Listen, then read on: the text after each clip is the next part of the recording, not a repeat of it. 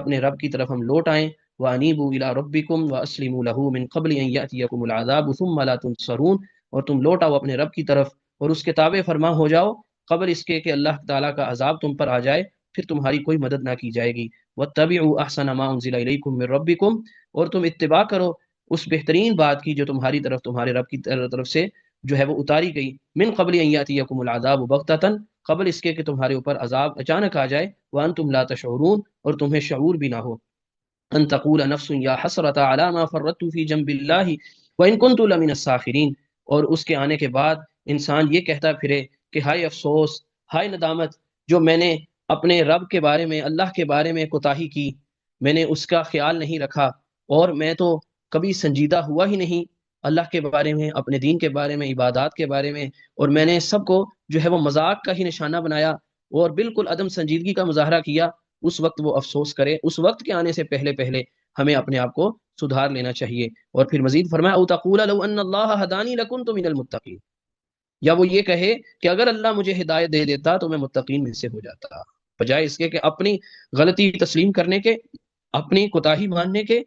بندہ یہ کہے کہ اگر اللہ مجھے ہدایت دے دیتا۔ بھی اللہ نے تو ہدایت دینے کے بے شمار مواقع عطا فرمائے، قرآن نازل کیا، اور تمہیں نبی کریم صلی اللہ علیہ وسلم جیسی عظیم الشان دولت عطا فرما دی، ان کا امتی بنا دیا، ان کی تعلیمات کو اللہ نے قیامت تک کے لیے محفوظ کر دیا، تمہیں پھر گاہے گاہے ایسے مواقع عطا فرما دے، کبھی رمضان کی شکل میں، اور کبھی عشرہ ذوالحجہ کی شکل میں، اور کبھی حرمت والے مہینوں کی دنوں کی شکل میں،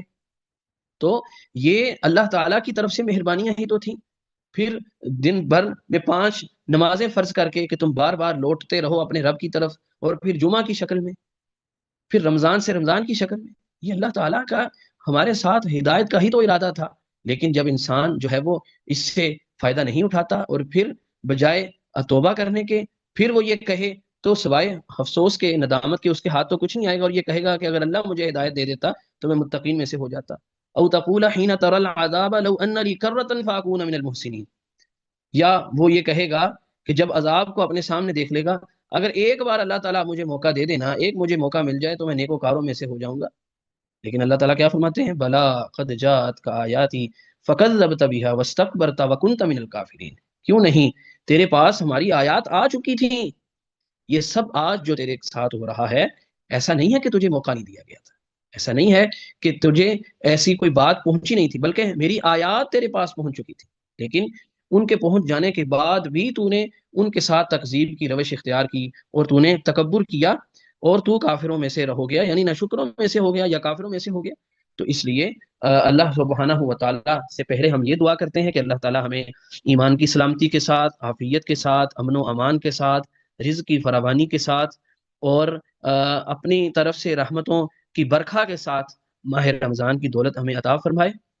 اور پھر ماہ رمضان تک ہمیں پہنچا دے، اور ماہ رمضان کو اللہ تعالیٰ کی فرما برداری کے ساتھ اور بھرپور طریقے سے اس سے جو ہے وہ فائدہ اٹھا کے، جو ہے وہ دن کے روزہ رکھ کے، اور قرآن مجید کی تلاوت کر کے، اور اللہ تعالیٰ کی راہ میں اسی کے دیے ہوئے میں سے خوب خرچ کر کے، اور امور خیر انجام دے کے، دو اللہ کی مخلوق کے ساتھ ہمدردی کر کے، اور پھر ذکر اذکار کر کے، اور پھر راتوں کا قیام کر کے تراویح کی صورت میں، اور اس کے علاوہ بھی، تو ہم اس کو ایسے جو ہے وہ انجام دیں کہ جیسے ہی ہم ماہ رمضان سے نکلیں تو ہمارے دلوں کی دنیا بدل چکی ہو، ہمارے دلوں میں وہ سابقہ جو کوتاہیاں تھی، غلطیاں تھی، گناہ تھے، ان کے بارے میں ہمارے دلوں میں اللہ تعالیٰ نفرت ڈال دے، اور نیکی کی اللہ تعالیٰ محبت ڈال دے، اپنی محبت ہمیں نصیب فرما دے۔